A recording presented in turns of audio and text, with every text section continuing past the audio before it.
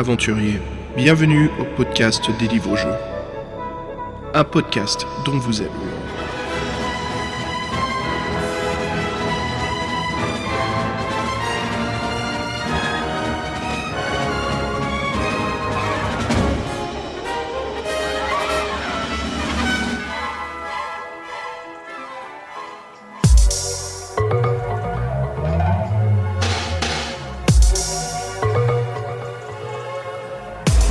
Salut les aventuriers, bienvenue à un nouvel épisode du podcast dont vous êtes le héros. Comme d'hab, moi c'est Xavier et à mes côtés... Salut Xav et salut les auditeurs, donc à tes côtés c'est toujours Fred. What's up, le bro? grand dadé. Oh ça va. Dimanche reposant pour une fois.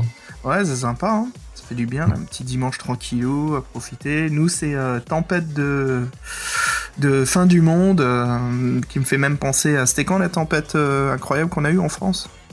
2099, 2001, je sais plus, 2001 je crois. Ouais. Donc ouais, c'est un petit peu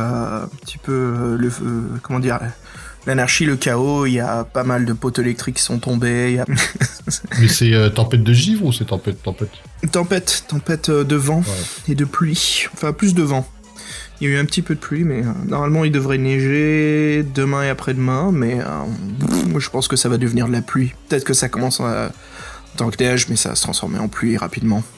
Ce qui est bien, comme ça les routes sont pas infernales. Bon alors qu'est-ce que tu racontes de beau, Fred? Qu'est-ce que t'as fait depuis? Bah moi, comme on en parlait off, moi je suis dans les projets, donc ça avance, on bosse, ça me fait plaisir, donc c'est cool, et puis voilà, c'est bien. Pour l'instant, on n'en dira pas plus. Ouais, c'est ça. Ouais, les projets avancent bien. Un peu moins que toi. Je sais que toi, t'as eu une bonne accélération, ce qui est vraiment super. Moi, je suis un petit peu plus lent. Il y a pas mal de choses à faire sur le côté, mais ça va, ça avance toujours. J'essaye de faire 1 heure par jour, mais enfin en semaine. Hein, après le week-end, on a bien plus de temps. Mais cette semaine, ces 2 dernières semaines, j'étais un peu occupé, pas trop eu le temps. Et d'ailleurs, Fred, il faut que je te raconte une histoire de ce qui m'est arrivé dans... Tu sais, comme je fais mon documentaire, là, je suis allé explorer un lieu. Et il faut que je te raconte ce qui s'est passé. T'es chaud? T'es prêt? Vas-y, j'espère que c'est pas trop gore. Non. Donc je suis allé visiter un hôpital psychiatrique qui était un peu plus au nord, à 2 heures de route. Et ça avait l'air vraiment pas mal, car il y avait tout un couloir de... Comment ça s'appelle? Tu sais, pour les gens qui avaient... ces grosses machines, en fait, qui t'aident à la respiration. Ton corps est enfermé dedans. Polio. Ces fameux lits d'hôpitaux qui étaient comme des Iron Man, en fait. Et il y avait tout un énorme couloir, c'était vachement beau. Et puis au fur et à mesure que je me balade, il y a des radios sur le sol. Il y avait vraiment beaucoup de choses qui étaient laissées par l'hôpital, quoi. Tu sentais que c'était l'abandon total. Il y avait aucun recyclage, aucun nettoyage. C'était vraiment... ça sert à rien, on a perdu tout financement, on laisse. Et je rentre dans une salle qui était magnifique. Elle était au sous-sol, mais il y avait un éclairage extérieur, vraiment de ces fenêtres très très hautes au niveau du plafond. Et c'était, je pense, je suis pas sûr, mais soit une chaise de dentiste. Ouais, c'est ça, donc c'était assez flippant, mais vachement joli, donc j'ai pris quelques photos.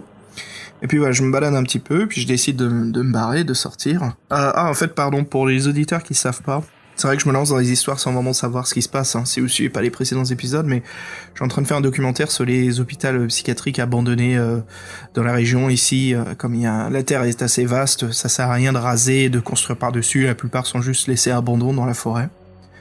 Donc voilà, je fais pas mal de films, enfin je fais pas mal d'enregistrements, je pars avec mes caméras, je filme, je prends des photos, j'essaye de prendre pas mal de vidéos, et je fais quelque chose de très avant-garde, hein. Comme documentaire, ça va pas être historique, ça va vraiment être pour vous mettre un peu à la première personne dans ces lieux, vous balader avec moi. Bref, voilà le visuel. Donc Fred, je sors de cet endroit-là, je retourne à la voiture. C'est ce qui me fait peur souvent, c'est quand je pars tout seul, c'est que j'ai peur de revenir à la caisse et en fait qu'elle soit pillée, volée. Parce que je pars quand même dans des lieux, tu sais, où il y a vraiment personne. Donc c'est toujours cette crainte, cette peur que j'ai de revenir et de voir que la vitre est pétée. Et là, tout était bien. Mais tu sais que tu pourrais devenir youtubeur avec tes vidéos, parce qu'il y en a qui vivent de ça, on appelle ça l'urbex en France. Là, ouais, c'est ça, l'urbex, c'est ce que je fais, hein. C'est exactement ça. Mais j'essaie de faire plus un documentaire, un film. Mais t'as jamais croisé un autre gars comme toi, des mecs qui se baladent, genre le coup de flip dans le couloir? Ouais, pas coup de flip, mais il y a eu des coups de flip, non, mais j'ai déjà croisé, un couple, urbex. Le mec avec leur trépied et tout, je les ai vus dehors. Donc je suis dit, tiens, je vais aller les interpeller, ça serait sympa de discuter un peu. Mais voilà, il y a eu pas mal de choses. Entre autres, ceux qui suivent peut-être le podcast ou d'autres podcasts où je raconte mes histoires, comme le Club Jeu de Rôle. On a été arrêté par... peut-être pas arrêté au poste de police, mais arrêté par une voiture de police qui nous a sorti un flingue dessus parce que mon micro-caméra ressemble à un pistolet dans le noir. Tout va bien. It's a gun. C'est ça, Oh, on n'a pas été tiré dessus. La caméra flingue. Ouais, bref, il y a eu pas mal de choses, poursuites aussi, où j'ai dû m'enfuir via un shelter Fallout, parce qu'en Amérique, à cause de la guerre froide, il y a beaucoup de ces lieux des années 40, 50, 60 qui ont des couloirs antinucléaires, bref, il y a pas mal de choses. J'ai dû m'enfuir un couloir pour me ramener dans un autre bâtiment, parce qu'il y a un mec qui me poursuivait. Je suis sûr que c'était un mec qui volait comment ça s'appelle, les tuyauteries là, de plomberie qui ont de la valeur. Du cuivre. Ouais, du cuivre, et je pense qu'il avait peur que je le voie, donc il m'a pas rattrapé, tout va bien.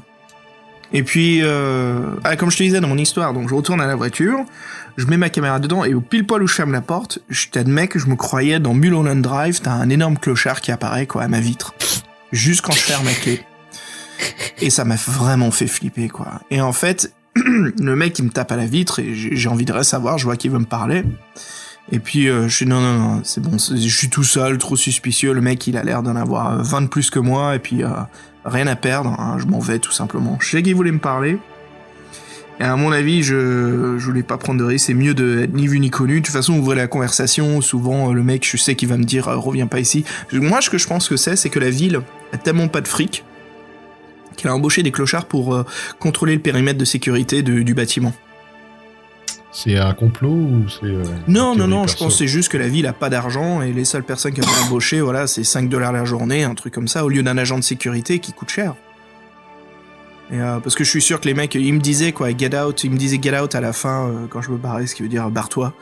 Donc je pense que... Tout simplement, t'étais sur son territoire, ça le faisait chier, je pense. Peut-être, ouais. C'est pour ça que j'ai pas voulu... Il avait l'air très agressif. Mais bon, encore une fois, les trucs... ça veut dire qu'il me poursuivait derrière moi sans que je me rende compte.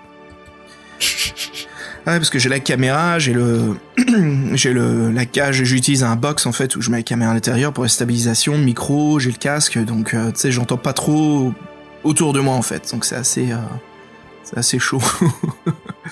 Mais je prépare de visiter un autre lieu et c'est un tunnel égout à la genre ça de Stephen King. Donc je vais aller me balader là-dedans et puis j'ai pris une GoPro pour l'accrocher de derrière sur mon dos pour faire un peu Resident Evil. C'est bien quand tu vas courir comme un dératé, on aura des belles images comme ça. Ouais, c'est clair, je sens qu'il va se passer de la merde. Il y a toujours, écoute, il y a toujours un coup de flip, il y a toujours quelque chose. Mais la plupart du temps, c'est un écureuil qui se balade dans les feuillages, un lapin qui se fait agresser par un faucon, c'est d'autres gens comme toi qui explorent, c'est des ados en train de fumer un joint, c'est un couple qui cherche un endroit pour baiser. Et les rats, jusqu'à quelle taille t'acceptes ? Oh putain mon gars, j'ai vu un ragondin mort, le truc il était massif, la taille d'un Rottweiler quoi. Ouais, le ragondin en plus. En plus il était au 3e sous-sol, enfermé, mort au milieu d'une pièce. Et j'en ai plein d'autres, j'ai plein de plans. On est arrivé dans une salle, 3e étage d'un bâtiment magnifique, art déco. Et au 3e étage, il y avait un trou, on a décroché une porte pour faire un pont, qu'on a fait tomber au-dessus du trou. Les trucs à la Indiana Jones à 2 balles, quoi. Et on arrive dans une salle magnifique, il y avait une 60aine de boîtes de Scrabble éparpillées sur le sol, des lettres partout, et il y avait une 30aine de dindons morts. Super. Et les lettres, elles racontaient pas l'histoire du monde. Il y avait écrit kill partout, KI2L. Non, je déconne. Oh, le flip. Ah, mais il y a pas mal de flips, quoi. Ça m'est arrivé d'arriver dans un bâtiment. Et ça, je l'ai en vidéo, je le montrerai dans le docu. Je peux pas tout raconter, mais je me balade avec un pote et tout. Donc j'ai caméra GoPro. Cette fois, je suis allé. Je voulais y aller vraiment quasiment pas de poids. Donc micro-enregistreur et caméra GoPro. Et on fait tout un parcours de 15 minutes. Et quand on arrive à un sous-sol, on entend une vitre se péter, quoi. Mais genre... Et tu sais, on re-entend par la suite une autre vitre qui se pète. Alors tout de suite, je me dis, bon, ça c'est un comportement humain. C'est pas la nature qui casse des vitres avec une branche d'arbre, c'est vraiment quelqu'un qui est en train de défoncer quelque chose dans le sous-sol, quoi. Et j'étais avec mon pote Jim et je lui dis, ok, on s'arrache. Et lui, il commence à courir et je le retiens par l'épaule. Je suis non, on s'arrache doucement parce qu'on veut pas se faire opérer. Mais c'est con, j'aurais pas dû, parce que je suis sûr que c'est des ados, mais je veux juste pas prendre de risques. Parce que le jour où c'est pas un ado, où c'est un mec en manque et tout de cam, ou c'est un échange de flingues qui se passe mal. Même si c'est un ado, il a une batte, tu sais jamais, il est un peu... Ouais, enfin... Bon, bref. Ouais. On va peut-être rentrer dans le vif du sujet, sinon. Ouais, bah enfin voilà, les petites aventures bien flippantes. Donc, bah ouais, allez, c'est reparti, on va se faire un petit podcast des livres dont vous êtes le héros, et là, Fred, on attaque le volume 2 de Dragon d'Or, qui s'intitule Le Dieu perdu. Alors, si vous avez écouté notre précédent épisode pour les Dragons d'Or, on fait des résumés, on fait une émission un peu différente. On va discuter un peu plus en fait de ce qui constitue le livre. On va parler cette fois, et on n'oubliera pas, Fred, de parler des auteurs. On va parler aussi des illustrateurs, et donc après de l'univers du livre, on discutera des lieux, des personnages qu'on va rencontrer, des objets un peu spécifiques. Et puis Fred, toi, je sais que le livre, tu m'avais parlé un petit peu off, c'est qu'il t'avait laissé une impression, donc ouais, on en discutera ensemble, qu'on parle un petit peu de ça. Ça marche, oui, puis ouais, donc mea culpa pour le premier Dragon d'Or, nouvelle formule, ça a changé nos habitudes, et c'est vrai que on n'avait pas fait gaffe, mais on avait tellement parlé des illustrateurs qu'on n'avait pas parlé des auteurs, donc merci à Simon Pop d'avoir allumé une petite lumière dans notre cerveau, et donc bah aujourd'hui on va reparler du Dieu perdu, et donc des auteurs qui ont fait les principaux bouquins de la série. Simon, qu'est-ce qu'on ferait sans toi ? Voilà, Simon. Il nous laisse souvent des commentaires, c'est cool. Ouais, ça fait vraiment plaisir, et puis voilà, c'est toujours gentil quand on fait des erreurs ou on manque des choses, des petits détails, c'est superbe comme communauté, quoi. Ça nous permet de se réadapter, puis voilà, de reprendre sur les podcasts après, et puis de toujours pouvoir vous livrer une émission de mieux en mieux. Ok Fred, comme d'habitude, avant d'attaquer le podcast, je te propose une musique. Alors quelque chose de gloomy, darky. Ça marche, écoute, ce qui ira bien avec les histoires que je racontais et l'univers du Dieu perdu, je te propose d'écouter un de mes petits morceaux fétiches des jeux vidéo Silent Hill. Allez, je te dis à toutes. À toutes.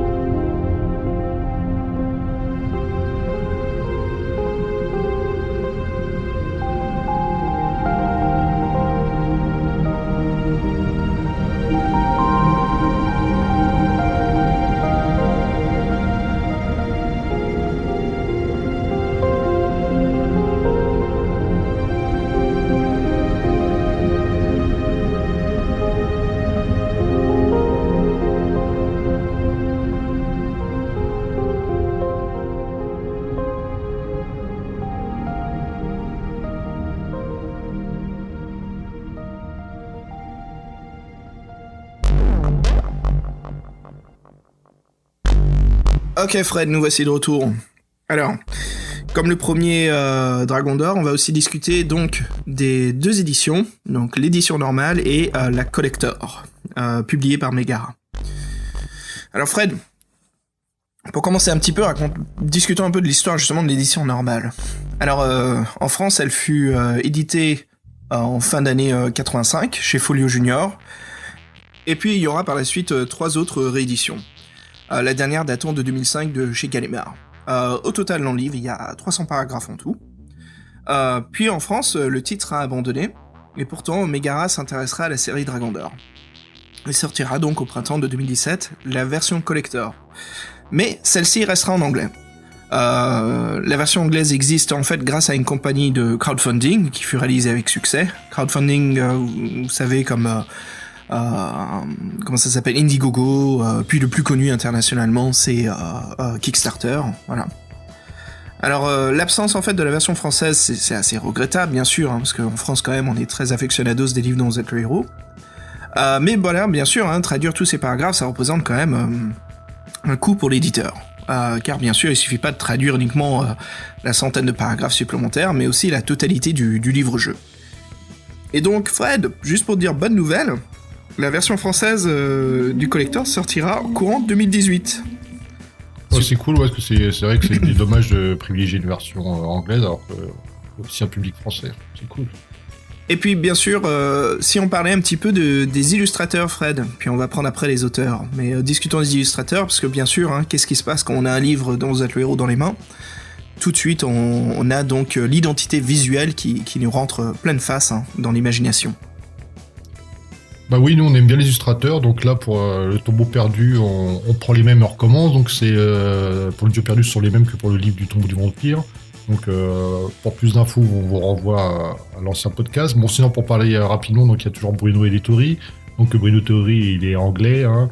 Il a aussi bien fait d'illustration jeunesse qu'adulte. Donc là, il a fait la couverture de l'édition européenne et japonaise. Et donc comme d'habitude, donc moi j'ai beaucoup aimé la composition de l'image. Et donc en fait, on voit une pyramide, on va dire plutôt aztèque ou inca. Et en fait, qui surgit d'une forêt au premier plan, et il y a une série de crânes qui forment comme une ligne continue depuis le sommet de la pyramide, et ils sont en feu, ils sont dirigés vers nous, quoi. Comme si c'était une attaque, en fait. Et avec un ciel plein d'étoiles, une belle couleur bleu azur, et donc ouais, c'est une couverture saisissante, quoi, comme d'habitude dans les livres dans le héros, quoi. Elle a quelque chose de très très démoniaque. Hein. Bah ouais, le dieu perdu, la pyramide à casse, bah ça remet pas mal dans l'univers, je trouve. C'est vrai que c'est un thème qui est pas trop, qui a pas été trop fait dans les livres dont le héros, donc on va dire première impression, ouais, on est emballé, quoi. C'est l'impression que ça m'a fait, quoi. Et donc aussi, on a aussi notre deuxième illustrateur, James Warola. Et oui, on rigole parce que lui, je rigole parce que lui, il détruit un peu le boulot des autres, quoi. Oh, la vache, regarde-toi.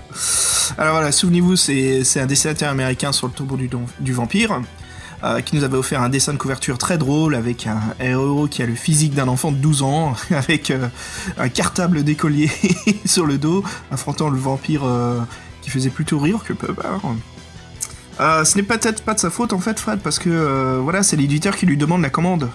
Oui, c'est marketing, c'est ça. utilisé. Ouais. Voilà, cette fois-ci encore, l'illustrateur à la couverture américaine est tout aussi surprenante et drôle. On trouve notre gamin de 12 ans habillé d'un polo vert à boutons, une belle veste, un pantalon bien repassé, hein, avec des grandes bottes bien cirées et bien propres.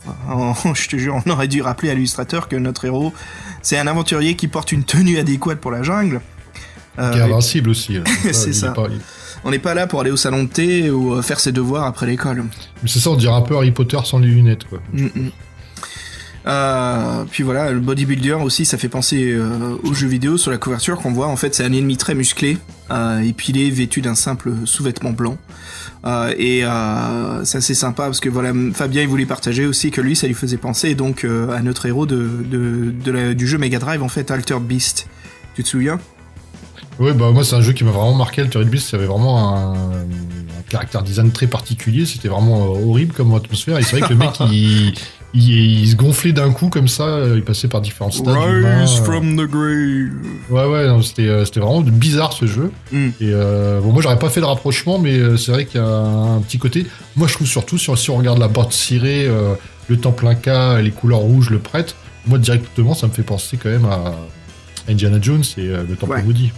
Ouais, la couverture américaine, je sais qu'elle a ce côté très écolier et tout. Bon, voilà, on cherche son public à qui on va le vendre. Je t'admets que j'aime bien en fait le contraste du rouge des flammes. On voit avec le vent en fait qui pousse les flammes vers le temple, et puis ce fond de nuit, de coucher de soleil là, rose, violet, qui donne un beau contraste en fait avec le rouge du feu et des flammes. Non, mais le dessin est bien, c'est juste qu'il faudra enlever le gamin, quoi, c'est tout. Écoute, j'essaye de me mettre dans la peau quand j'essaie de retourner un petit peu quand j'étais jeune.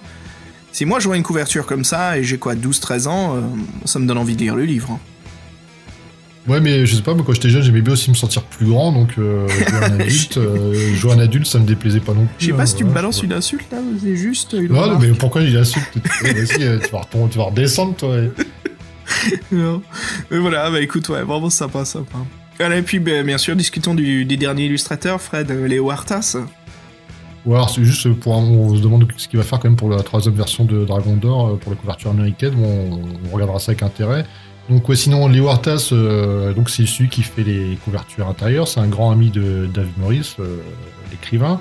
Alors franchement, moi j'avais pas trop fait attention la première fois, mais j'ai re-regardé les illustrations et c'est vrai que j'aime beaucoup son style, il fait beaucoup de vues à la première personne et il joue beaucoup sur les perspectives et ce que j'aime beaucoup c'est le fait qu'il trace un cadre.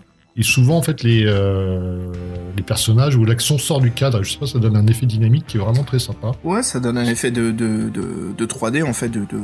Ouais, c'est ça, ça des petits détails qui donnent une perspective tout de suite, et les points de vue sont toujours sympas, ceux qu'il prend. Mm-hmm. Et donc, vraiment, c'était un réel plaisir de les regarder. Et donc, sachant donc, pour les Wartas, donc, il a un recueil d'informations qui existe sur lui. Qui concerne les jeux vidéo, qui s'appelle Game Art, et qui est paru aux éditions Pyramide, et donc le livre est aussi paru en version française. Ouais, comme quoi c'est un grand illustrateur. Hein. Non, c'était vraiment sympa, et puis c'est vrai qu'il fait des personnages un peu rondouillards, ça fait un peu un style old school dans les livres de notre héros, mais qui est pas déplaisant. Ouais. Et puis Fred, c'est ce qui nous amène justement à discuter maintenant des écrivains.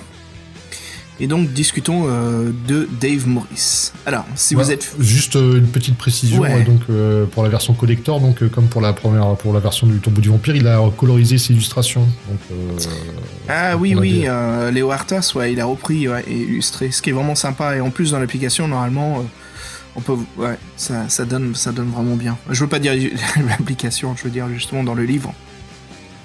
Ce qui est vraiment un beau travail en plus, hein. Beaucoup plus de contraste, et puis de belles couleurs, ça fait pas travail accéléré, quoi. Ça se voit qu'il a pris son temps, et c'est vraiment de très belles illustrations colorées. Ce qui est marrant, il y a une petite anecdote qui disait qu'il avait un peu galéré à se représenter l'univers maya, parce que c'était complètement différent de sa culture, et qu'il était à la bibliothèque de sa ville, et qu'en fait, il avait réuni des bouquins, mais pas grand-chose, et il passait son temps à s'intéresser à autre chose, donc il avait du mal à se focus sur cet univers-là. Donc après, les illustrations seraient très bien. Moi, par contre, ce que je reproche, c'est que moi, dans ce livre-là, je trouve que l'auteur, lui, il maîtrise pas cet univers un peu... parce que moi, j'ai pas eu la représentation du monde, donc on en reparlera plus tard, mais j'ai trouvé que ça, c'est un peu une succession de couloirs, en fait. Et, on pourra en reparler. Mais donc, ouais, on va parler des auteurs, et donc du principal, qui est Dave Morris. Voilà, Dave Morris, écrivain, âgé presque de 60 ans. Prophilique, anglais, et qui s'est spécialisé, en fait, dans l'heroic fantasy et la science-fiction. Alors c'est quelqu'un de très passionné des jeux de rôle depuis toujours. Il commença même à écrire sous divers pseudonymes des articles en fait pour le magazine de Games Workshop, hein, bien sûr, White Dwarf. Il a écrit les 6 volumes de la série Dragon d'Or, et voilà, bien sûr, le Tombeau du Vampire, et puis celui-ci aussi, Le Dieu perdu. Et David a aussi fait des romans tirés de la version anglaise du Chevalier du Labyrinthe. Voilà, donc ceux qui connaissent en Angleterre, qui était donc Nightmare, et puis voilà, Chevalier du Labyrinthe en français. Et il a aussi adapté des romans sur des dessins animés comme les Tortues Ninja ou la série américaine dessin animé Cops. Il est très très proche de Léo Artas et en fait c'est le parrain de l'un de ses enfants. Donc tu vois qu'ils ont vraiment, ça doit être de très très bons amis. Et ensemble, voilà, ils collaborent encore actuellement sur un grand projet qui s'appelle Mirabilis, qui est destiné principalement aux enfants et aux jeunes ados. Et puis Fred, ça nous amène donc deuxième écrivain, donc Oliver Johnson. Ouais, donc Oliver Johnson, il est né à Paris en 57, même s'il ne restera pas en France bien longtemps. Très jeune, il suivra ses parents dans l'Est de l'Angleterre, où il vivra dans un manoir assez imposant. Donc jeune, il livrera lui-même, ses compagnons, ce seront les livres. Et lui, il fait la rencontre avec la fantasy, grâce à l'intermédiaire des romans de Tolkien. Donc il a la chance d'étudier à Oxford ensuite, et il découvre les jeux de rôle, et il rencontre à cette occasion Dave Morris, qui deviendra son ami. Donc ils ont fait ensemble des longues parties de jeux de rôle jusqu'à pas d'heure, hein, comme tout le monde quand on est jeune, quand on est rôliste. Et ensemble, Dave lui propose de coécrire les Dragons d'Or. Donc à cette époque-là, il avait 28 ans, en 1985. Donc après, en fait, avec le recul, des années plus tard, on a compris qu'il y avait un petit imbroglio, on va dire, autour des Dragons d'Or et des Défis Fantastiques en Angleterre, sachant qu'en fait que Dragon d'Or c'était publié par une autre boîte d'édition qui était Grafton Books. Il devait faire donc Le Dieu perdu, qui est le livre qui nous intéresse, et il y avait aussi le Seigneur de l'ombre, qui devait sortir chez Défis Fantastiques. Ils ont rencontré ceux qui s'occupent de Grafton Books, donc Olivier et Angela Sheehan, et qui leur ont proposé en fait au mieux de faire deux livres Dragon d'Or, de faire une série de 6 livres. Et ça a un peu changé. Le contrat a été revu à la hausse. Donc, ce qui s'est passé, c'est que Dave Morris a écrit les 2 premiers Dragons d'Or, et ensuite les 4 autres de la série ont été écrits en commun. Il se retrouve donc en fait, Oliver Johnson, il a rien fait sur Dieu perdu, mais il est quand même crédité,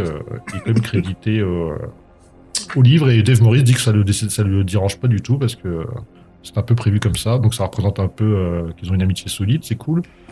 Et donc voilà, ça c'est la petite anecdote, et sachant qu'aussi, maintenant Oliver Johnson, il est pas seulement écrivain, non, il travaille aussi dans l'édition anglaise. Et ça lui prend tellement de temps en fait qu'il regrette de ne pas faire ses 2 passions qui sont cuisiner et jouer aux échecs. Et sachant que Dragon d'Or, donc dans la version collector, il y a un fan qui est intervenu et donc qui a modifié pas mal de choses et qui a donc beaucoup travaillé sur la version collector. Ah, sympa. Et puis voilà, notre dernier écrivain, justement, Mark Lane, ou Lane, si je me trompe pas sur la prononciation. Mark Lane. Alors Mark Lane, Lane, ouais, je l'ai prononcé à la française. Ouais, c'est ça. Mark Lane, en fait, c'est un auteur anglais d'une 40aine d'années. Et très intéressant, hein, pour son enfance, on lui avait offert donc à Noël le livre Le Sorcier de la Montagne de Feu. Puis c'est le coup de foudre. Il est tellement accro en fait qu'il veut lire que des livres dont vous êtes le héros, voilà, les cadeaux. Juste pour vous dire, voilà, le élément nostalgique de Mark Lane, en fait, on sent que c'est un aficionados des livres-jeux. Et puis voilà, depuis il collectionne tous les livres-jeux qu'il peut trouver, il en possède pas mal, plus de 500 même. Il a un blog de critiques très très détaillé sur les livres, et depuis voilà, il a eu envie d'en écrire. Il connaît Dave et Oliver, et il leur a proposé justement de les aider à ajouter de nouveaux paragraphes pour Le Dieu perdu dans la nouvelle édition qui a été refaite via les sites de crowdfunding. Il a ainsi l'accord des auteurs originaux pour remanier le livre. Et puis voilà, il va enlever des passages de l'histoire qui lui semblent déconcertants, ajouter des paragraphes sur des passages de l'histoire qui lui semblent intéressants, et ajouter surtout des éléments compléments, sur le nouveau, tout en donnant une cohérence à l'histoire d'origine. Bien sûr, il espère que ces changements plairont autant aux anciens lecteurs qu'aux nouveaux, et donc on verra, nous, justement, tous ces nouveaux ajouts dans l'édition française qui sortira cette année. Donc voilà, on espère que son boulot sera très fantastique, ça plaira, et ça permettra justement de voir une sorte de mise à jour du Dieu perdu. Et puis Fred, maintenant qu'on discute un petit peu de qui sont les créateurs, les cerveaux derrière ce livre, discutons de notre personnage fictif. Qui est Dragon d'Or ? Ouais, c'est vrai que Dragon d'Or, il y a une petite ambivalence parce que au fur et à mesure des bouquins, on ne sait pas si c'est vraiment le même personnage. Alors souvenez-vous, dans le premier volume, Dragon d'Or, c'est un guerrier imbattable, on a tué le vampire Ténébron dans son manoir. Là, dans le deuxième bouquin, en fait, on est un espèce de chevalier avec un chevalier de Palados, du royaume de Palados, et on a une armée de guerriers sous nos ordres. Par contre, la description est assez identique. En fait, quelqu'un d'invincible, qui a eu toute la gloire du monde, qui est connu dans le monde entier. Donc, je sais pas si c'est le même personnage ou pas. On pourrait dire que ce serait un aventurier vraiment fabuleux qui a eu plusieurs vies, ou à chaque fois, donc dans l'univers, on est le héros de cet univers-là. Je sais pas, ça faudrait voir avec la suite des autres épisodes, mais en tout cas, c'est intéressant comme concept. Ouais, c'est pas une série en fait, c'est plus une anthologie. Ouais, c'est sympa. Ça fait on pourrait dire que c'est plusieurs représentations du même guerrier, donc ça rejoindra un peu le champion éternel d'Elric, ça serait un clin d'œil, sachant que c'est des auteurs anglais, il y a de fortes chances. Donc ouais, non, c'est vraiment sympa, donc hâte de voir le troisième. Et donc bon, là on garde un peu les mêmes caractéristiques, l'endurance, l'habileté, et le pouvoir psy qui sert surtout la résistance au sortilège et garder son sang-froid. Donc là, sinon, au début de l'aventure, contrairement au tombeau du vampire, on n'a qu'un petit poignard et une épée assez pratique parce qu'elle peut s'éclairer dans le noir. Et justement, qu'est-ce qui se passe quand on est dans le noir ? C'est le début de l'histoire, Fred. Dragondor fait toujours le même cauchemar. Il est dans un grand tombeau accompagné en fait de 2 hommes. Valadir et Domontor. Ce sont les 3 seuls survivants. Et le reste de l'équipe est morte, tuée par les pièges de la crypte. Et puis bien sûr, Dragondor, en ouvrant un sarcophage, Valadir déclenche un piège mortel, ouvrant un grand précipice. Il tombe dans les monstrous, ainsi que Dragondor. Celui-ci arrive de justesse à se rattraper au bord du précipice, mais Domontor lui piétine la main, provoquant la chute de notre héros. Alors, ce qui est intéressant, c'est que ce rêve s'est vraiment passé. Dragondor, en fait, a eu la chance de s'agripper à une corniche lors de sa chute dans le vide et a réussi à remonter au bord de la surface. Et quand il revient près du sarcophage, il y a Domontor, donc, qui disparaît, et ainsi qu'une couronne, en fait, qui est incrustée de pierres précieuses et qui était dans le tombeau. On voit tout de suite ici que les écrivains nous installent l'ambiance. Une façon vraiment intéressante de faire, c'est qu'on commence l'histoire tout de suite dans l'action. Alors Dragondor réclame en fait la vengeance. Il s'est fait la promesse en fait de retrouver Domontor et de lui faire payer sa trahison, sa culpabilité de vouloir voler tous ses trésors. Et en attendant, il se retrouve dans la jungle Inca. Donc le but, bien sûr, est d'aller au temple de Katak pour y dérober la statue en or. Katak est le dieu de feu. Et le temple, en fait, est en pleine jungle, entouré de marais, de puits dangereux. On connaît pas bien la route ni le chemin qui sert à y aller. Mais c'est là où, bien sûr, en jouant Dragondor, on sait que on aura le dessus, on trouvera bien le moyen et on trouvera comment justement accéder à accomplir notre aventure. Fred, si on discutait un petit peu de quel est le but en fait de Domontor ? Nous rendre la vie difficile. Ouais. Bah là, en fait, il veut nous devancer, quoi. C'est l'éternel les fuites en avant, et lui, on lui court après, quoi. Nous, on veut se venger. Lui, en fait, on a les mêmes objectifs, sauf que lui... ça me fait vraiment penser à Indiana Jones, quoi. Le docteur, le professeur nazi, puis Indiana Jones, le professeur nazi avec toute la logistique, tous les moyens, puis Indiana Jones qui court avec des fils, avec des briques et de broc, Donc ouais, ça me fait vraiment penser à Indiana Jones, quoi, cette histoire-là. Ouais, comme tu disais, comme il dit, donc on a Valentor, l'assistant, c'est ça, le mec qui nous suit avec nous, qui finira par clamser. Bah là, oui, en plus, ça c'est dès le début, puis on n'avait pas eu d'affect, vu qu'en fait on le connaît pas. On aura un autre compagnon dans l'aventure beaucoup plus intéressant. Ça fait très Arche perdue, hein. Bah oui, en plus, il y a des scènes surtout qui sont vraiment, c'est clichés, entre guillemets.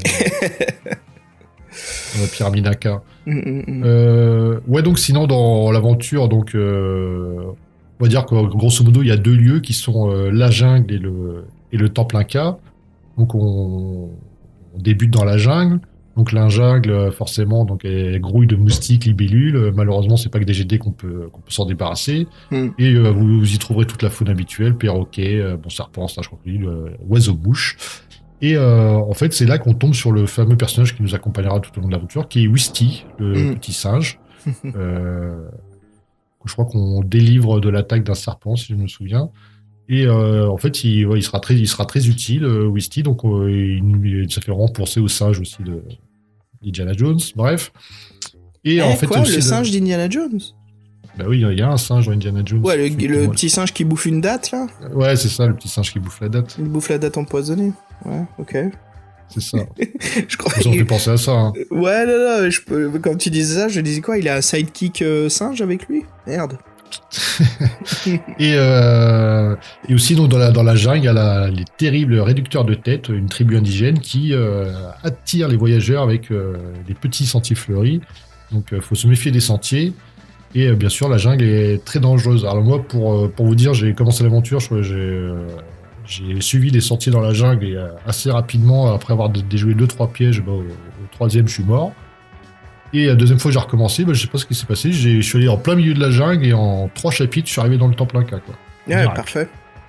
Donc là, je me suis dit quand même, c'est deux poids de mesure. T'as vraiment un chemin qui te fait faire des détours où t'as tous les risques et t'as un chemin bim boum bam direct. Mission accomplie. Mission accomplie, on passe au deuxième niveau qui est donc le temple Inca. Dis Fred, je te laisse deviner quel chemin j'ai pris moi. Et bim bam boum direct. C'est ça. Comme d'hab. Comme d'hab. Bah, oui. C'est marrant quand même.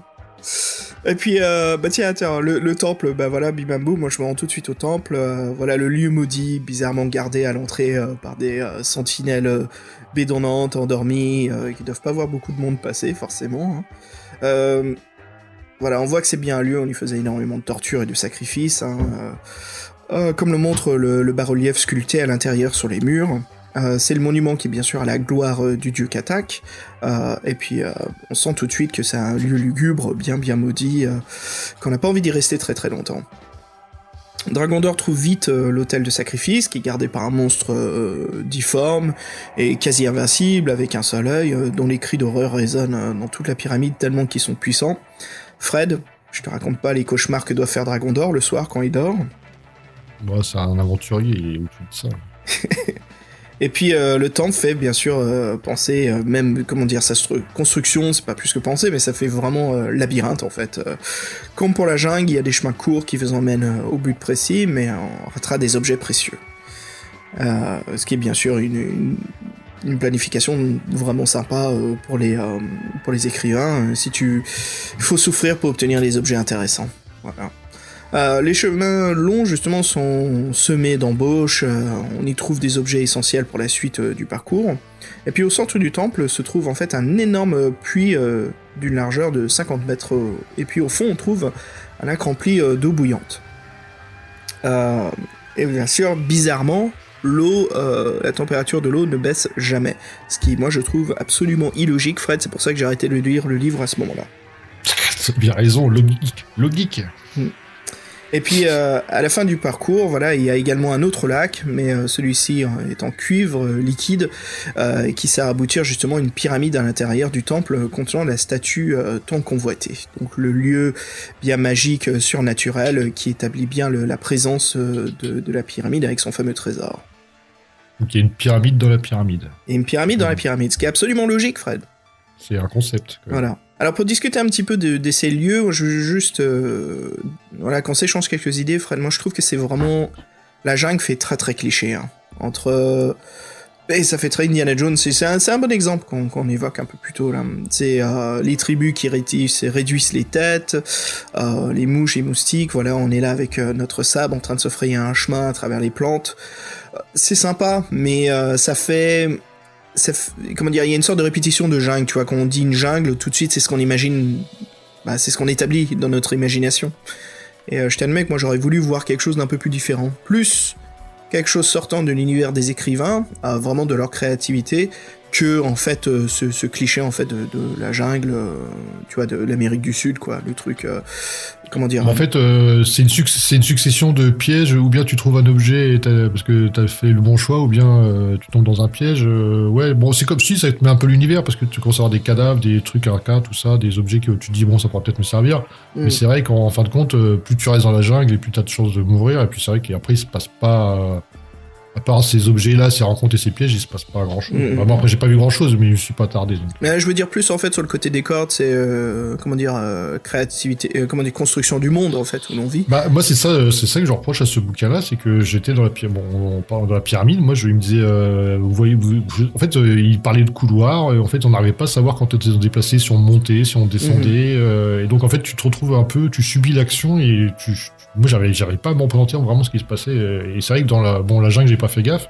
Je suis assez rapidement dans la pyramide, mais moi, c'est ça qui m'a vraiment manqué dans ce bouquin, et c'est la première fois que ça m'arrive, donc c'est particulier. Peut-être que, bon, c'est peut-être le fait de représenter un univers des Arcas, comme ça, les mecs sont pas habitués, je sais pas.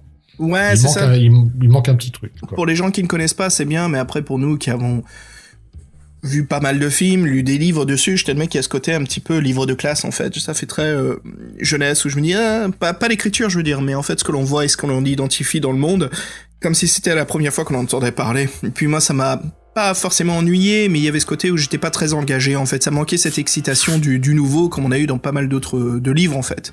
Où on a vraiment l'univers créé 100%. Là en fait il y avait trop de choses de notre histoire, en fait, du monde réel.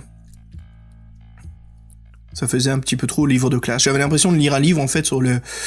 Bah c'est ça, quoi, le Dieu perdu, ça me faisait penser beaucoup, en fait, à des recherches historiques, en fait, sur le monde réel, et puis voilà, avec un petit peu de fiction ajoutée par-dessus. Ce qui est pas une mauvaise chose, bien sûr, mais... Je le mec, j'aime bien, surtout quand c'est Dave Morris, j'aime bien prolonger justement dans son univers fictif, son imagination, ce qu'il fait souvent. Mais là, je le sentais pas autant. Et puis, Fred, une petite pause, on se fait un morceau de musique. Ça marche. Tu mets quoi cette fois-ci? Bru? Broder, c'est ça, tu veux dire?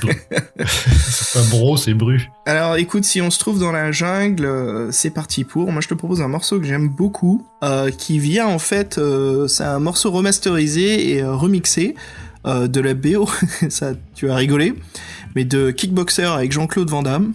Oh, trop fort. Ouais, Film culte. Voilà, sauf que voilà, bien remixé avec d'autres bandes originales, et ça donne un petit morceau très très sympa, ce côté un peu explorateur, nouveau, on part dans un nouveau monde, et je pense que ça mélange parfaitement au livre. C'est la phase quand il embarque avec la gonzesse là, sur les eaux du Mékong.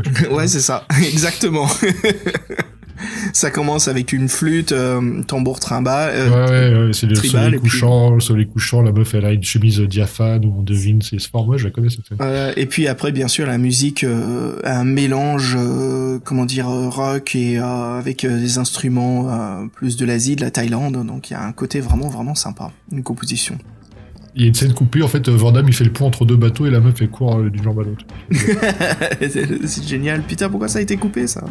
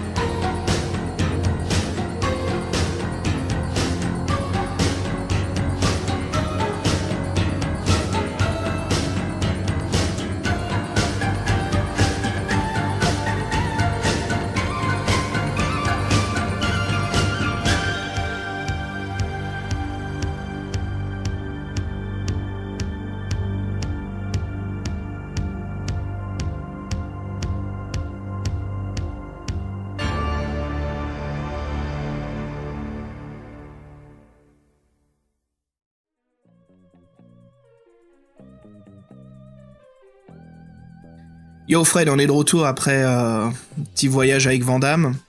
Pardon, ouais, j'ai pas fait exprès. Et puis si Un on voyage parle... avec- Ah, de un quoi voyage avec qui Un voyage avec qui Jean-Claude Ah, JCVD. JCVD. Et puis justement, comme on parle de JCVD, si on parlait de Wistiti, le petit singe. Alors, c'est pas Wistiti, c'est Wisty. C'est un diminutif. Pardon, j'arrête. Ouais, bah écoute, si t'as envie de me corriger, je te laisse parler de Wisty. Ok, donc Wisty, la mascotte, donc c'est un petit singe de la rage des singes araignées. Donc quand on le rencontre, il mange des petites noix et il est complètement donc hypnotisé par un serpent qui veut en faire son petit festin. Donc on a le choix de passer notre chemin ou de le sauver, donc on décide de le sauver. Bon, c'est nous qui le nommons Wisty, hein, c'est pas lui qui se nomme, bien sûr. Donc il nous suivra partout après le petit Wisty. Donc il est assez intéressant en fait, c'est que souvent il nous indique le bon chemin quand même. C'est qu'à chaque fois qu'on a une décision à prendre, pas à chaque fois, mais régulièrement, il nous dit, il attire notre attention pour nous dire attention, ça serait mieux de passer par là. Donc rien que pour ça, c'est intéressant de l'avoir. Et après, donc comme on l'a souvent, il y a beaucoup de paragraphes avec lui, donc forcément on tisse un lien affectif avec ce petit personnage. Donc en fait, dans la jungle, il est utile, et donc dans le temple, il sent des ondes très négatives. Donc c'est un vrai avertisseur pour vous, savoir s'il y a du danger ou pas, quoi.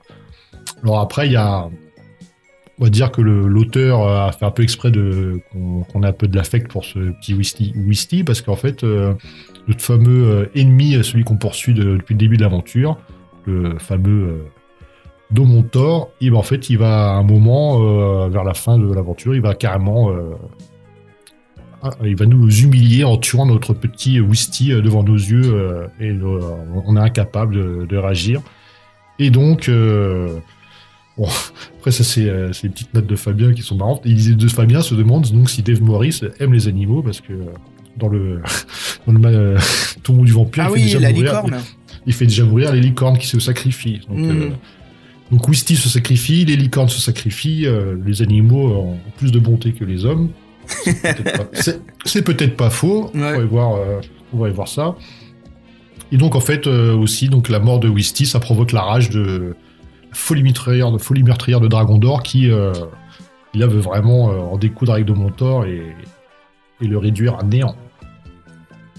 Tu vas mourir après, de Mentor. Tu vas mourir de Domontor, parce que t'as tué mon plus mignon compagnon. Alors, ce qui est vraiment touchant, c'est que Dragon d'Or le décrira comme le plus merveilleux des compagnons qu'il a eu dans toute sa vie. Wisty. Alors, j'ai le droit de dire un truc ou pas? J'ai le droit de dire un truc, ça m'a fait rire, parce que Fabien, il m'a raconté qu'il a envoyé un mail à l'auteur pour lui demander pourquoi il avait tué Wisty. Il fallait que c'était pas drôle, c'était pas bien de faire des choses comme ça. Génial. J'adore quand Fabien il fait ça, c'est super. C'est dommage qu'il lui a pas répondu. Bah non, mais attends, le bouquin, il a écrit dans les années 85, c'est ça? Ouais, mais t'as pas mal d'écrivains qui sont à jour sur Twitter et tout, par mail, puis qui jouent le jeu, tu vois, qui s'amusent avec leurs fans. Ah, un jour on aura une réponse, ça arrivera. Ouais, de toute façon, sur les forums autour du livre, tout le monde regrette la mort de Wisty. Hein. C'est le grand truc du livre. Ouais. Ah bah c'est ça, hein, quand t'établis un personnage assez touchant, et puis tu le butes, forcément ça marque. Mais c'est bien, c'est signe de bonne écriture. Ouais, moi je trouve que c'est un mécanisme qui fonctionne. Après, voilà, faut... C'est... Comment dire ? C'est un point important parce que ça établit en fait qu'il y a une vraie aventure dans le livre et il y a un gain de plaisir dans ce que l'on accomplit.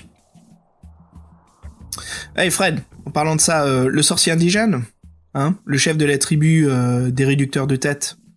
Bah ça c'est quand on se perd dans la jungle. Voilà, donc c'est quelqu'un de très puissant, bien sûr quand il a en sa possession sa baguette magique en os, parce que sans ça, il sert à que dalle. Il concocte des boissons très alcoolisées, qu'il refuse de boire, mais qu'il donne à son armée. Truc un peu bizarre, forcément. Il peut même lancer des sorts, même s'il est mort. Donc, un personnage un peu invincible. Il peut effectivement contrôler depuis l'au-delà les têtes réduites et les envoyer à notre poursuite. C'est un peu la couverture du livre, en fait. Exactement. Peut-être falasser des crânes réduits en feu. Super balèze. Alors il a le respect de sa tribu qu'il dirige, et il sait se transformer en monstre horrible lors d'un combat, voilà, qu'on pourra vivre si on fait ce choix-là. Mais on ne sait pas si c'est une illusion ou une vraie transformation. Moi je pense que vu que c'est un docteur sorcier, je crois que c'est une illusion, Fred, je dirais. Il est sans pitié, mais il sait reconnaître la défaite si Dragondor est vainqueur contre la tribu. Donc un petit moment bien sympa. Et en parlant de ces personnages assez attachants, Fred, je sais que tu voulais évoquer un autre. Oui, alors c'est un personnage qu'on rencontre dans la jungle, qui est la femme loup-garou. En fait, c'est sympa parce qu'il y a une jolie illustration de cette rencontre-là. Le dessin est sympa. Là, on la voit d'en bas, comme suspendue à sa cage, et donc il y a ses pieds qui sortent du cadre. C'est marrant, quoi, ça fait une bonne impression. Et donc elle est enfermée dans une cage en bois et elle est attachée par des chaînes en argent. Donc on sait qu'elle a été emprisonnée par les indigènes réducteurs de tête.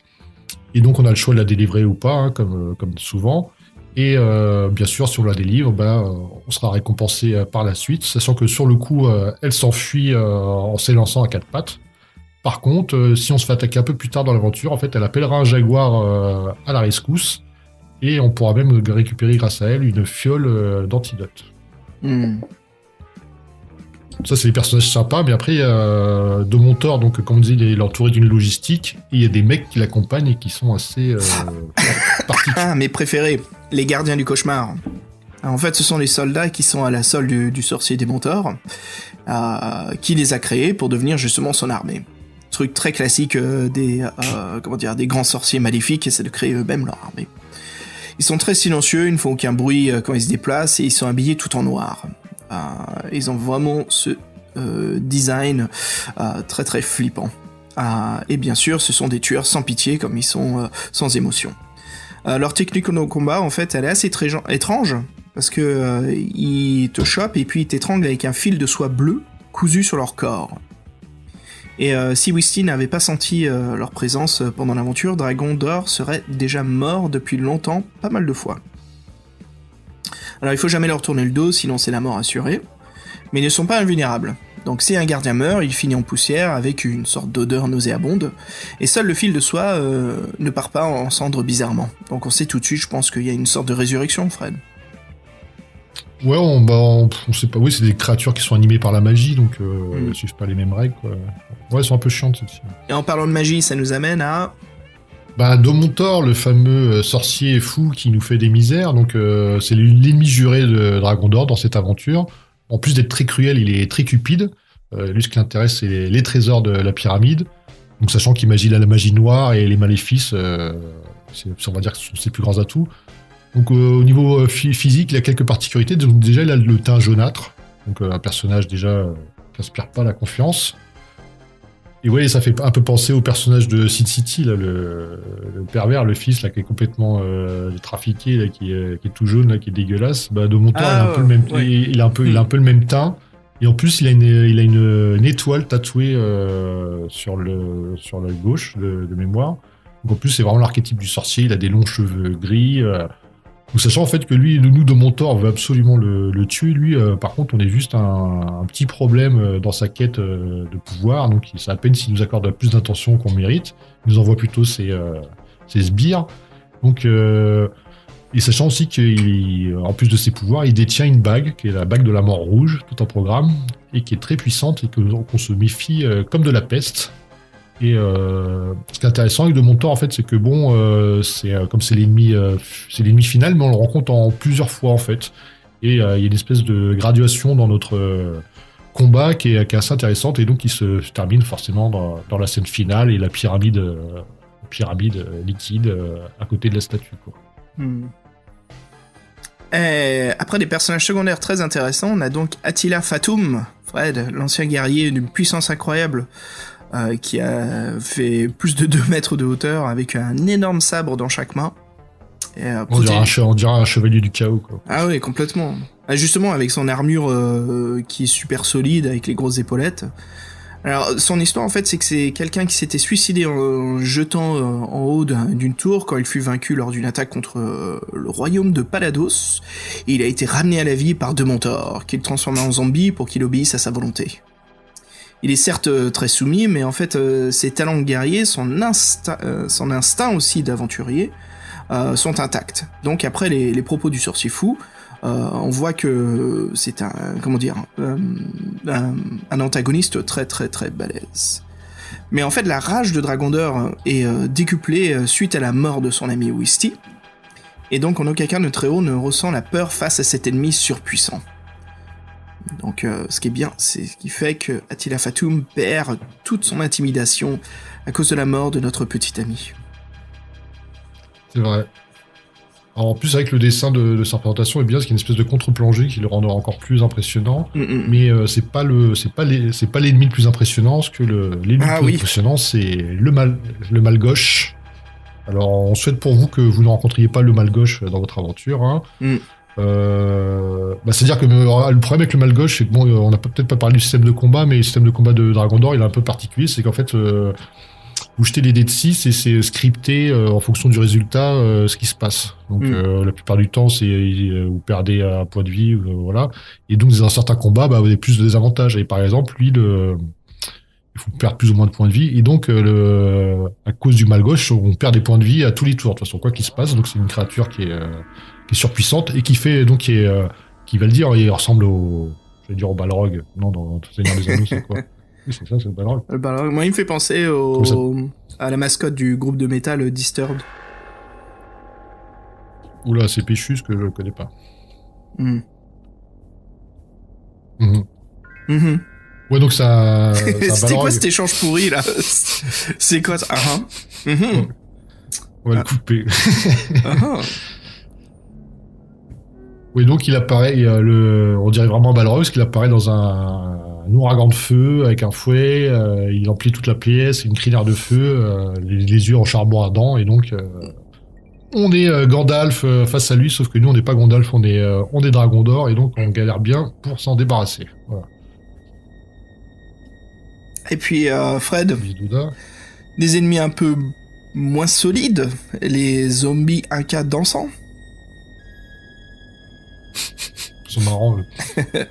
Donc voilà, après qu'Attila Fatum passe sous le sabre de Dragondor, on voit en fait d'autres zombies. Et ils sont au nombre de 4, et ils sont embaumés et ont encore leur coiffe et bijoux Inca. Au début, ils avancent maladroitement, mais prennent de l'assurance et deviennent de plus en plus rapides. Et c'est là où on voit qu'ils exécutent une sorte de chorégraphie que Dragondor qualifie de cauchemardesque. Moi je dirais que c'est un plagiat en fait de Thriller de Michael Jackson. Ouais, c'est possible, sauf que Fabien nous a parlé plutôt d'une BD qui a inspiré l'auteur. Ouais. Une BD qui me fait d'ailleurs penser à ce qu'on voyait un petit peu dans les magazines Creep. Creep ou les Contes de la Crypte. Ouais, c'est ça, c'est... Tous ces magazines américains, Terror, Crypt, Tales from the Crypt, tous ces magazines d'horreur. Et voilà, on voit que c'est une image en 4 cases. Et on voit que c'est un zombie qui sort en fait de sa tombe et puis qui a un peu cette, une sorte de danse morbide qui se fabrique en elle-même via ses mouvements et ses muscles tout disjonctés. Bah voilà, en fait, c'est des monstres très très forts qui vous fatigueront énormément car les combats sont très très lents. Sauf si vous avez un instrument de musique trouvé lors de votre parcours. Et alors là, ils vous obéiront au doigt et à l'œil. Ils vous porteront même secours. Et puis c'est pas dans un film de zombies qu'on verra ça, hein, Fred. Donc, non. Pour la petite anecdote, en fait, c'est que le Dave Morris avait lu en fait la bande dessinée américaine qui s'intitule The Spirit of the Thing, traduit en français, qui serait l'esprit de la chose, qui est donc créé par Steve Ditko. Steve Ditko qu'on connaît énormément via les comics Marvel, vraiment établi en fait pas mal de personnages principaux. Et donc il avait été impressionné par l'illustration du cadavre en fait qui revenait à la vie, donc celle que je vous ai décrite un petit peu plus haut. Et il dessina brillamment avec une espèce de danse zombie pris de convulsions pour que Léo Artas s'en inspire. Et Fred, ça nous amène justement à un autre personnage. On sent que là on passe de l'inspiration créée par d'autres écrivains illustrateurs, les monstres Inca dansants. Et là justement on va un petit peu plus sur un personnage qui est emblématique du monde gréco-romain. Ouais, parce qu'en fait, c'est le passeur, donc c'est pas un ennemi, c'est juste un personnage qu'on est obligé de rencontrer pour avancer dans l'aventure. Donc oui, il l'appelle le passeur, donc c'est vraiment Charon en fait, hein. Mm. Donc là, dans sa barque, on est au-dessus d'un lac de cuivre en fusion. Bien sûr, il faudra payer le trajet. Et le trajet, normalement, on le paye avec une perle noire. Donc les perles noires sont très importantes rien que pour ce passage-là. La différence de payer avec 2 cuivres. Non mais c'est vrai, le passeur c'est toujours 2 pièces. Là ça change. Oui, oui. Bah en fait, sinon il y a une autre solution en fait qui qui est de se métamorphoser en animal grâce à un objet récupéré dans l'aventure. Mais ça, on vous laisse deviner lequel.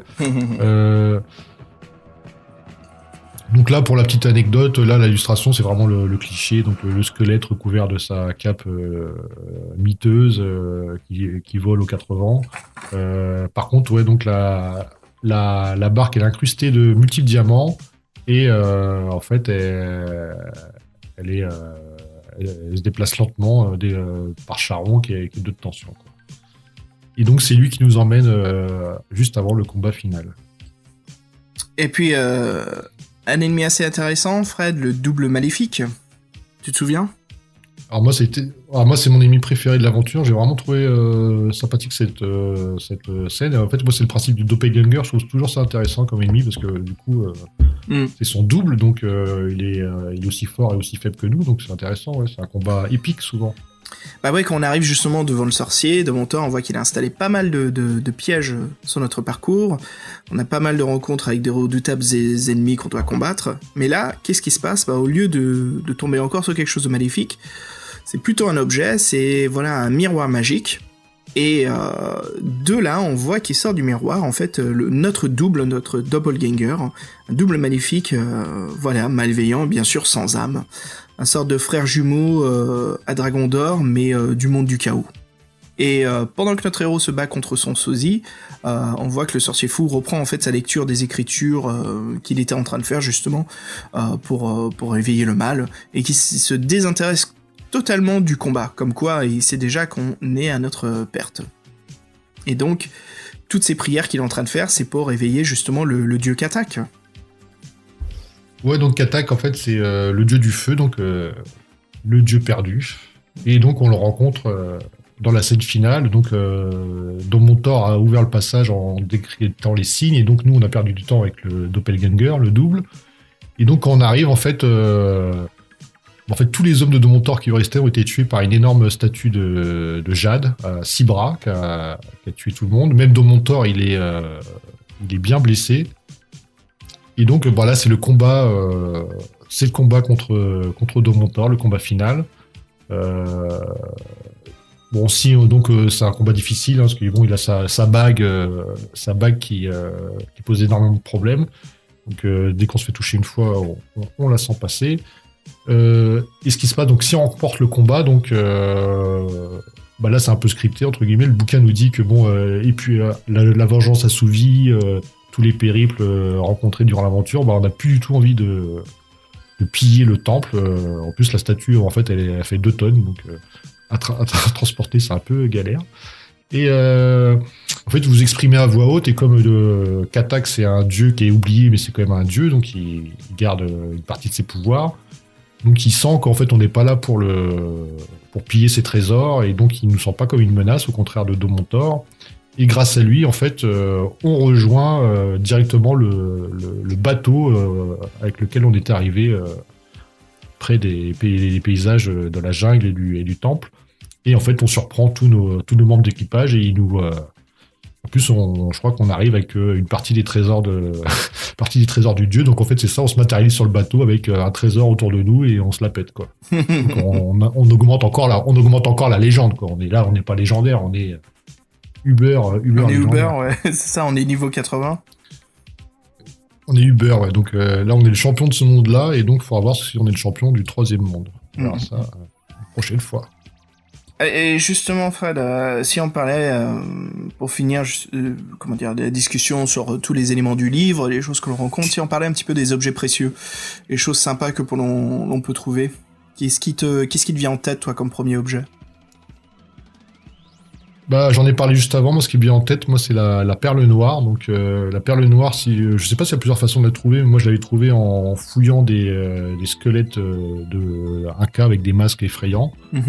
J'ai trouvé les perles noires dedans. Et donc, elles permettent le passage. Ce que moi, la métamorphose, j'ai pas trouvé le moyen de le faire. Donc, moi, c'était ma seule option pour passer de l'autre côté. Donc, moi, la perle noire, on va dire que c'est pas l'objet qui m'a le plus impressionné, mais c'est celui qui m'était le plus utile, on va dire.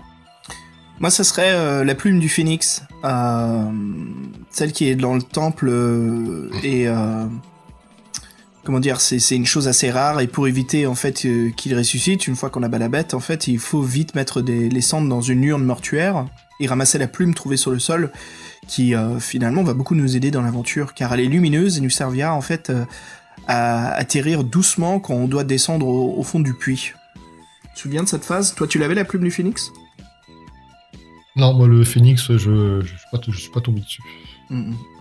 L'objet est vraiment sympa. Par Je contre, me souviens aussi... Ouais. Non, j'ai juste que moi, j'ai trouvé autre chose. Dis-moi. Les sandales d'or. Les sandales en or, plutôt. Les sandales d'or. T'as buté un gladiateur pour les piquer ou quoi? Non, mais elles ont appartenu à un gladiateur et quand on les récupère, on est bien content parce qu'elles augmentent le score d'habileté. Et c'est vrai que bon, elles sont bien cachées et qu'il faut un peu avoir la chance et le nez creux pour les trouver. Voilà. No spoil. No spoil.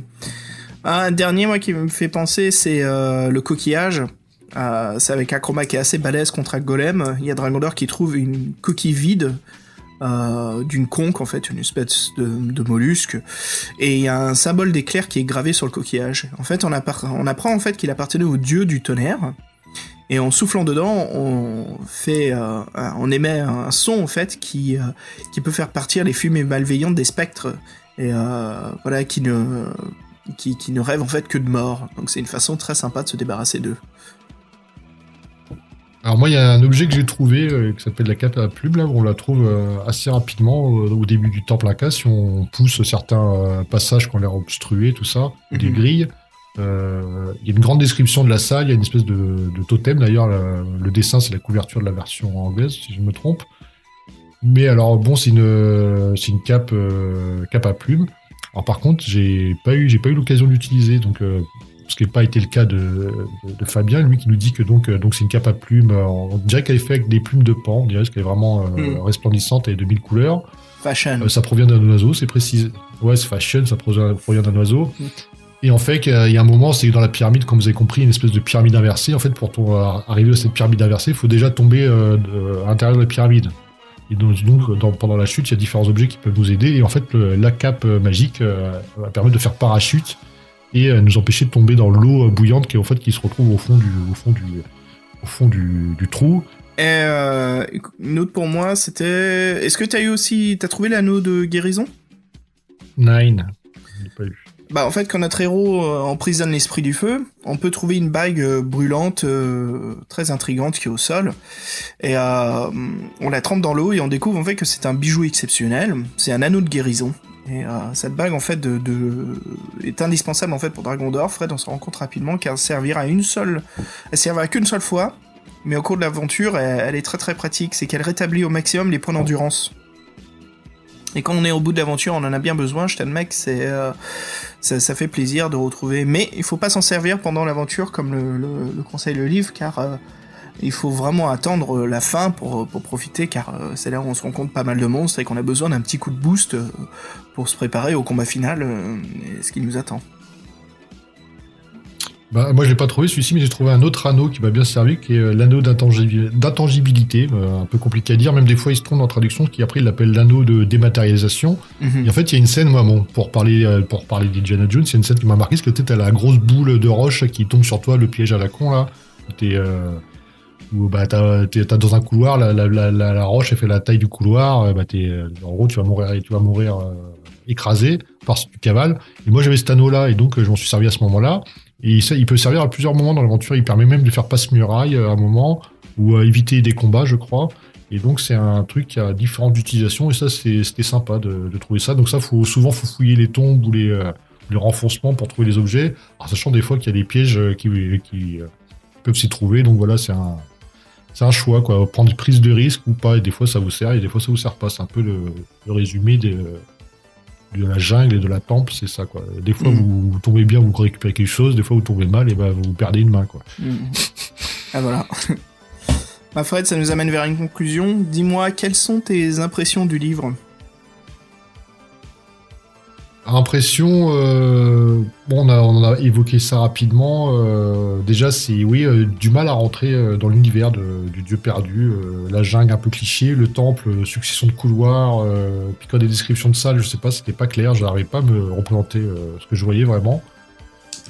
Et puis il faut avouer que c'est un peu court, hein, 300 paragraphes. Pas énormément de choix, assez scriptés, pas souvent de choix à la fin des paragraphes. Les combats un peu avec un système hybride, moi qui me convenait pas. De toute façon, c'est le reproche qui est un peu fait à la série Dragon d'Or, et on dit souvent que c'est un peu des livres un peu plus simples, avec un challenge un peu moins relevé. Ici, ce qu'on peut dire par rapport au premier qui était le manoir du vampire, c'est qu'il y a quand même beaucoup plus d'action. C'était beaucoup de rencontres dans le premier, le manoir du vampire, et là c'est vrai que c'est beaucoup plus orienté action, ça fait vraiment film d'aventure, on en revient encore à Indiana Jones, et par contre les combats, comme vous disiez, c'est un système hybride, et ils sont souvent à notre désavantage. Il y a même des fois où en fait faudra lancer 3D pour les adversaires, pour leurs caractéristiques par rapport à nous, donc ça c'est toujours un problème. C'est vrai qu'on peut mourir assez rapidement. Moi, dans la jungle, je crois qu'au bout de 6 ou 7 paragraphes, j'étais déjà mort la première fois. Donc ça, c'est toujours assez frustrant. Moi, j'étais mort au deuxième paragraphe. C'est vraiment des choix un peu. Ouais. Je sais pas si t'as vu. Ouais, il le disait. il le dit, Xavier. Ouais, on peut mourir dès le deuxième paragraphe, quoi. Et c'est vrai que si on joue à la loyale, entre guillemets, les combats, ils sont un peu désavantageux. Bon, après, tout ça. Moi, j'ai trouvé que, ils se sont dit, peut-être, on va faire quelque chose d'original, on va prendre l'univers des Incas, des Mayas, des pyramides, on l'a pas fait, on va faire un Dédale, Indiana Jones, ça a bien marché, les gens, ils savent ce que c'est, mais moi, je trouve que ça fait un peu flop, voilà, ça fait un peu flop parce que ça nous emporte pas, quoi, tout simplement, quoi. Écoute, moi... C'est sûr que, Non, vas-y, conclue, y a pas de souci. Non, je disais juste que après, ce qui va changer d'une partie à l'autre, c'est savoir quels objets vous avez trouvés, ça va changer un peu vos possibilités, ça reste marrant. En fait, c'est les mécanismes qui fonctionnent quand même, mais je sais pas, moi, c'est l'aventure en elle-même qui m'a pas... Je trouve qu'elle manque un peu de relief, voilà, c'est ça. Écoute, pour moi, mes impressions, je trouve que c'est vraiment un produit de son temps.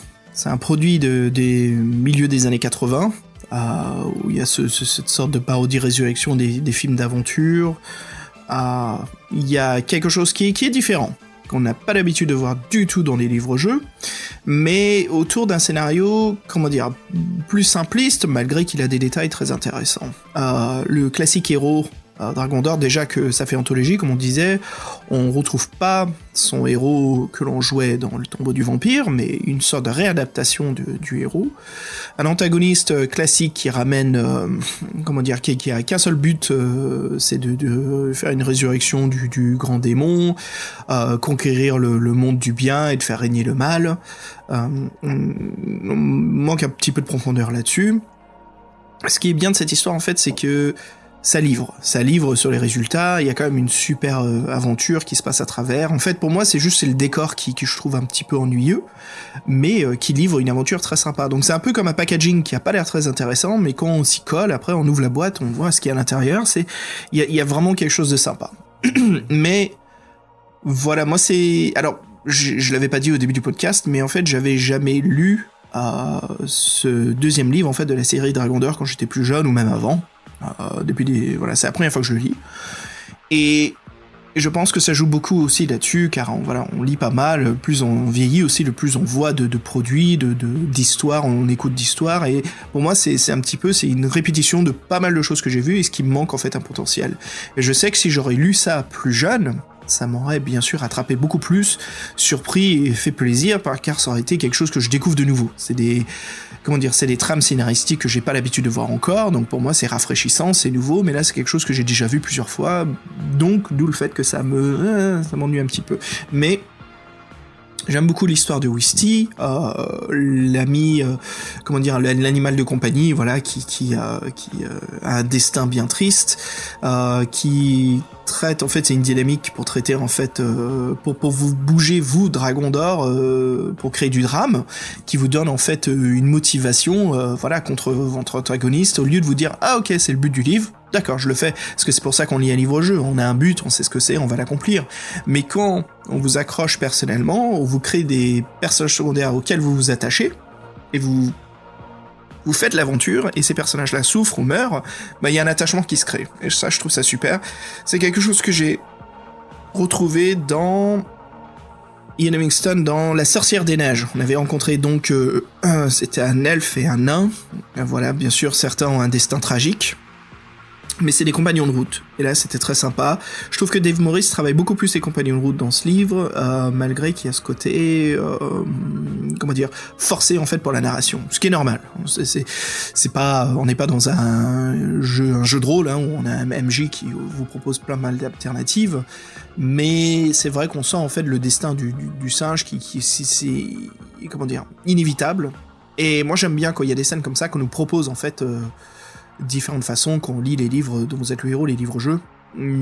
Et là, ce qu'on peut faire, par exemple, c'est, oui, on peut garder Wisty, c'est vrai qu'on perd le drame, donc c'est intéressant de garder ce drame, mais ce drame peut aussi se développer de plusieurs façons. Et voilà, c'est d'écrire plusieurs, tristement, je crois que Fabien m'en voudra, mais écrire plusieurs morts différentes de Wisty par rapport aux actions que l'on produit. Hein ? C'est impensable. C'est impensable, je sais. Impensable. Et voilà, c'est une aventure sympa, pour moi, c'est simple, voilà, pour le décrire, c'est un noyau intéressant dans une couche de quelque chose qui est un peu plus ennuyeux pour moi. Mais voilà, si je m'y colle, je découvre quand même quelque chose de sympa à l'intérieur. Et je pense que pour moi, l'effet nostalgique, si je l'aurais lu plus jeune, il y aurait quelque chose de vraiment fort sympatoche à attendre l'édition de Megara qui sortira cette année. Mais voilà, je découvre quelque chose de nouveau, je suis quand même curieux et je prendrai le livre de chez Megara pour voir justement la différence qui était ajoutée, les nouveaux textes qui ont été écrits par l'écrivain qui est arrivé justement, Fred, appelle-moi de son nom, c'est... Mark Lane. Mark Lane, ouais, pour voir justement ce que Mark Lane ajoute, qu'est-ce qu'on va retrouver. Donc voilà, ouais, en général, oui, je suis bien curieux, ce fut une aventure sympa, mais très loin de pas mal d'autres aventures que j'ai lues, même que ça soit nouveau quand j'étais plus jeune, que je trouve l'aventure bien plus dynamique, plus intéressante. Mais ce qui est sympa, c'est que Dragon d'Or respecte le côté chasse au trésor, que j'aime beaucoup de cette collection, c'est qu'on sent vraiment qu'on a appris quelque chose, on court après un trésor, et bien sûr, on rencontre des gens qui sont contre nous, et qui nous empêchent d'accomplir ce but. Dragon d'Or a ce côté très cartographique aussi, quand on se balade dans les donjons, quand on se balade dans le monde. On peut vraiment prendre, d'ailleurs comme tous les livres dont vous êtes le héros, mais on peut vraiment prendre un papier à carreaux, tracer avec un stylo et nous créer notre donjon. Et ce que je veux dire par cela, c'est que je trouve que les donjons, si on les illustre de Dragon d'Or, sont vraiment intéressants et bien faits, qu'il y a un énorme boulot qui est fait là-dessus. D'ailleurs, je crois que vous pouvez surfer la toile et vous retrouverez en fait un des donjons qui a été illustré par Dave Morris lui-même et qui est vraiment sympa. On se rend compte bien de la temple, la jungle, du lieu, et moi ça me fait penser aux illustrations aussi qu'on voit dans la citadelle du chaos. Si on dessine nos passages, on se rend compte vraiment que c'est une citadelle. Et ça, c'est bien fait. J'aime beaucoup quand les écrivains font ça. On sent vraiment qu'il y a un monde, et une fois qu'on le dessine, on l'illustre. Ça crée encore plus de support d'interactivité, et aussi de bien se plonger dans l'imagination du livre. Donc voilà. Voilà ce que j'en pense. Sympa. Pour rebondir sur ce que tu disais, c'est vrai que moi j'ai bien vu qu'il y avait des multiples chemins dans le temple, tout ça, mais une fois que j'ai réussi j'ai pas eu envie de faire les chemins alternatifs, ça va pas botter, tu vois. Et puis ça, c'est quand même un signe que bon, c'est pas. Ouais. Mais c'est vrai que dans la version collector qui sort, donc il va sortir en français, il y a tous les ajouts dont on vous a pas parlé de Mark Lane. Donc là, c'est lui qui a essayé de mettre une certaine cohérence à l'univers de tout Dragon d'Or et qui s'est penché sur chaque bouquin. Et normalement, vu la dernière version collector du Tombeau du Vampire, on peut dire que forcément on va être gagnant. Donc et là, pour que vous ayez quelque chose de nouveau en français, quoi, c'est clair. Mark Lane. Come back here. Ouais, ce fut sympa. Et c'est vrai que c'est une bonne façon de conclure. C'est est-ce que tu le relirais? Parce que c'est un livre-jeu, ça donne toujours envie de les relire. Mais là, ouais, en effet, moi, ça me dit pas trop. Juste pour l'édition collector. Je risque même de chercher justement les nouveaux paragraphes. Parce que j'ai pas envie de refaire l'aventure pour découvrir, tu vois, j'ai envie de les lire d'un coup, voir tous les nouveaux ajouts qui ont été faits. Mais ouais, ça me dit pas trop plonger, de refaire l'aventure. Pas autant. Voilà. Bah écoutez les auditeurs, voilà notre conclusion sur le deuxième volume de la saga Dragon d'Or, Le Dieu perdu.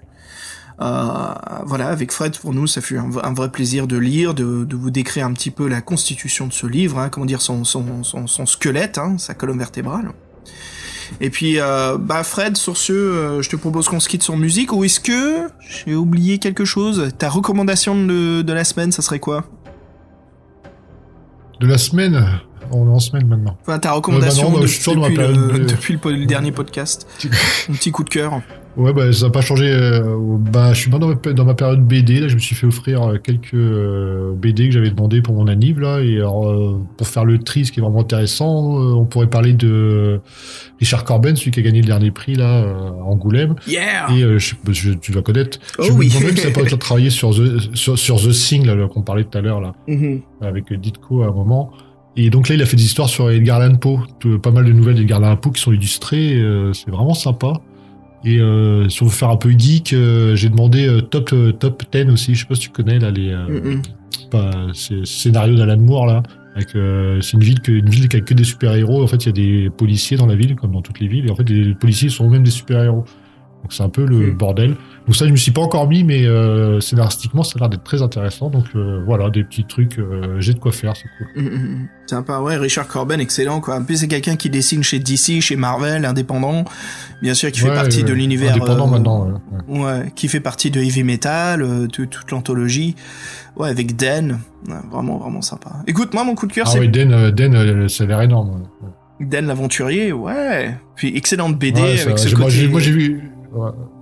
Ouais, j'ai vu que les couvertures, je connais que le nom, mais ça a l'air ouf. Ouais, c'est une BD assez âgée maintenant, mais qui a des couleurs impressionnantes au point où les gens pensent que c'est des couleurs numériques, mais ce n'est pas du tout en fait, hein, c'est bien la peinture.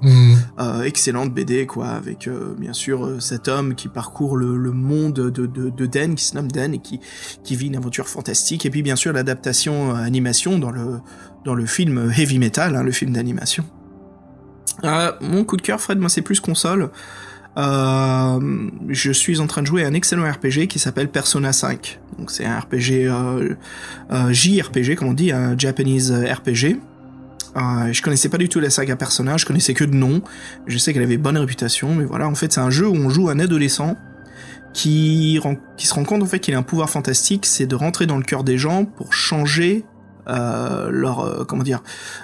pour changer leur cœur, parce qu'en fait on rentre chez les gens qui sont très négatifs, qui sont des monstres, qui abusent de la société, des pauvres, des innocents, et donc voilà. Et ce qui est sympa dans le jeu, c'est qu'on est un ado, on a un agenda, voilà, il faut aller en cours, et puis faut entretenir des relations avec ses potes, sortir, tu peux draguer, tu peux sortir voir un film, donc il y a ce côté très Sims, je sais pas si c'est une mauvaise comparaison. Il y a ce côté très... voilà, on entretient en fait une vie d'ado, et en même temps, après, on parcourt les donjons, où ça devient un jeu de système tour par tour, hein, comme les Final Fantasy. Mais voilà, c'est un jeu vraiment sympa, et ce qui me plaît le plus, c'est son design. Moi, je pense que c'est un jeu qui restera dans les annales historiques du design du jeu vidéo. C'est très fantastique, il y a un boulot incroyable qui est fait sur la mise en scène. Tout le design, en fait, ça fait très contraste fort avec une couleur rouge, avec pas mal de formes géométriques très pointues, et ça donne ce côté très Art déco 2.0. Il y a donc ça reprend les bases de l'Art déco, mais avec voilà des couleurs plus fortes, avec des angles un peu plus en diagonale, mais qui gardent voilà tous leurs effets perpendiculaires. Ouais, c'est quelque chose de vraiment chouette, donc je m'éclate là-dessus. Voilà, c'est très très amusant. Donc voilà, c'est ma petite recommandation. Et ta recommandation musicale, c'est quoi ? Allez, un petit morceau de Blue Oyster Cult, comme on parlait du heavy metal. Cette fois, je te propose en fait de leur album de 1990 Imaginos, et qu'on s'écoute justement le dernier morceau, la piste 9, qui s'intitule comme l'album Imaginos. C'est un morceau très fort qui nous rappelle en fait que voilà, si on utilise notre imagination et qu'on a envie de créer quelque chose, on peut s'épanouir entièrement et qu'on n'a aucune restreinte à part celle que l'on se crée soi-même. Bah ouais, c'est nos gars sûrs, ça. Je crois que c'est ceux qui sont plus passés dans le podcast. Blue Oyster Cult. Blue Oyster Cult. Ah ouais, c'est un groupe auquel je suis très très attaché. J'ai eu la chance de les voir live plus d'une fois. Et puis voilà, entre Bugs Boogie et puis tous leurs autres morceaux. Je sais qu'Astronomy, c'est un des plus classiques. Mais j'aime bien celui-ci, Imaginos. Fred, je te dis à la prochaine, où on se fait une aventure bien sympatoche. On se retrouve. Je crois qu'on va faire un petit peu de pop culture la prochaine fois. Ce serait sympa, non ? Dis-moi. Ok, très bien, voilà. Je sais pas. On verra, on va se prendre un sujet très sympa. On fait une petite pause sur les livres, on va discuter d'un truc qui, bien sûr, reprend les livres-jeux, une adaptation, quelque chose qui est un peu plus pop, voilà, comme on fait d'habitude, et puis après, on reprendra les livres. Et Fred, je te propose dans ce cas-là, le prochain livre qu'on reprendra, ça sera Sorcellerie, volume 3. J'en étais sûr qu'elle allait le sortir aujourd'hui. Ça te fait plaisir ? Ok, faut que je m'enferme dans ma... Ah bah ouais, j'allais dire qu'il faut qu'on attaque du lourd cette année. Ouais, et là, ça va... La sorcellerie... Et tu sais, par plaisir, moi je vais juste relire les deux précédents. Juste parce que je les adore. Ça, c'est fou, tu vois, c'est des livres que je peux lire sans cesse. Sans arrêt, je peux lire les sorcelleries, je m'en lasse jamais. Je sais pas si je découvre... je t'admets que peut-être dans le volume 3 et 4, je découvre toujours de nouveaux passages que j'ai jamais pris, tellement que ce sont des livres énormes. Mais le 1 et le 2, je les connais très très bien. Donc Fred, ça va prendre un petit peu de temps, c'est pour ça qu'on va se faire un petit volume pop, prochain épisode, parce que toi, tu vas avoir quand même 3 livres à lire au total. Et il y a aussi une excellente application...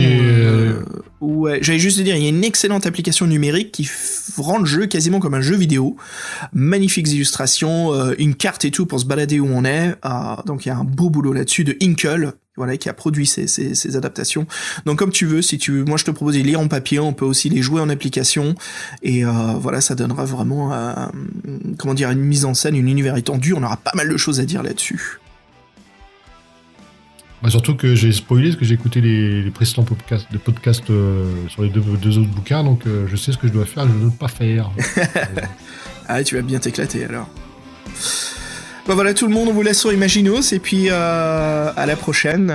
Passez une excellente journée, bonne soirée les auditeurs, et puis à bientôt, et salut. Tchuss.